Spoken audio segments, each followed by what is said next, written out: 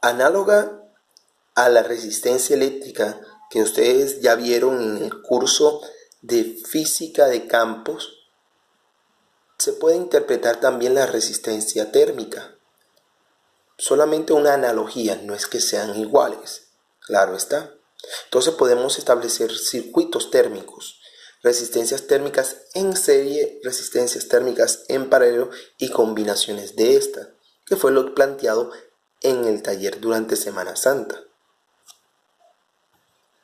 Las resistencias térmicas, en este caso, pues la gráfica nos muestra que poseemos diferentes placas una al lado de la otra. Entonces, cada una de estas, acá representado con la letra A, B y C, colores amarillo, verde y azul, se opondrán de una forma al flujo de calor representado con la letra Q. Vemos cómo existe un decaimiento de la temperatura, en donde la temperatura que se encuentra de este lado no va a ser la misma temperatura que se encuentra de este lado. Entonces dice las definiciones. Consideremos una pared plana que consta de dos o más capas, como un número de ladrillos en capas de aislamiento. Eso podría ser, por ejemplo, una aplicación, el aislamiento térmico que se hace a las cabañas en Estados Unidos para las diferentes estaciones del año. En el caso de invierno, que es súper importante para evitar que haya un flujo de calor del interior al exterior, o sea, que haya pérdida de calor. Y en verano, por ejemplo, que sea lo contrario, que el calor externo entre a la casa y siempre en la casa se mantenga fresca, por decirlo así. Aquí una de las aplicaciones de conectar placas o aislamientos en serie, por ejemplo.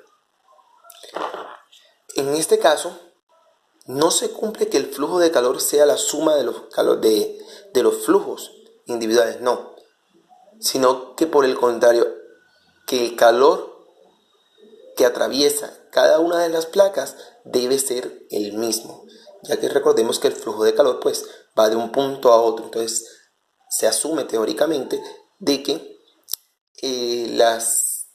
la cantidad de calor que fluye de un punto a otro es el mismo. Entonces por eso tienes en la ecuación, la diapositiva, Q total es igual a QA, QB, QC, sucesivamente hasta llegar hasta la última placa. Es decir, los flujos de calores a través de las diferentes placas debe ser el mismo. Ahora bien, aparece otra característica. Establece que la diferencia de temperatura, en cambio, será la suma sucesiva de las diferencias de temperatura. Es decir, la diferencia de temperatura en la placa A será diferente a la diferencia de temperatura en la placa B y será diferente a la diferencia de temperatura en la placa C. Entonces tenemos, por ejemplo, aquí sería el cambio de temperatura TA, que es el que nos aparece en la diapositiva, delta de TA, la placa B, delta de TB, y TC sería delta de TC. Por ejemplo, delta de TA sería T1 menos T2. Acá sería T2 menos T3. Y acá sería, por ejemplo, T3 menos T4. Ahora bien, si recordamos, esta suma de las diferencias de calor la puedo representar despejando la ecuación anterior. Este R que está dividiendo pasa a multiplicar, nos quedaría entonces R por la derivada de Q, que es lo que tenemos acá, representada de esta forma.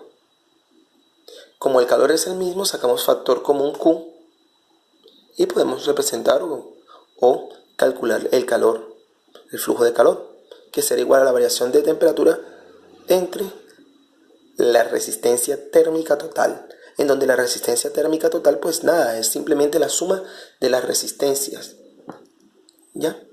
Como en física de campo, en un circuito en serie, la resistencia neta o total es igual a la suma de las resistencias de cada una de las resistencias que conforman el circuito. Ahora bien, para el caso de una resistencia en paralelo, consideremos la situación. Tenemos un sistema 1, un sistema 2. obviamente se encuentran a diferentes temperaturas. Uno está más caliente que otro, por eso te coloco aquí TH, significa temperatura caliente, temperatura fría. Tenemos dos placas. Las dos placas transfieren calor de un punto a otro de forma diferente, ya que pues ellas pueden tener dimensiones diferentes, ser de materiales diferentes, por lo tanto el calor que fluye por una no va a ser el mismo calor que fluye por la otra. Entonces se cumple que el calor entre las habitaciones o entre los dos recintos, entre los dos sistemas, ¿sí?, será la suma del calor que atraviesa cada uno de los materiales. Por eso te coloco aquí variación del flujo de calor A es más la variación del flujo en el calor B más la variación de calor en el flujo en el punto C, etcétera, etcétera, etcétera, hasta llegar al último flujo de calor.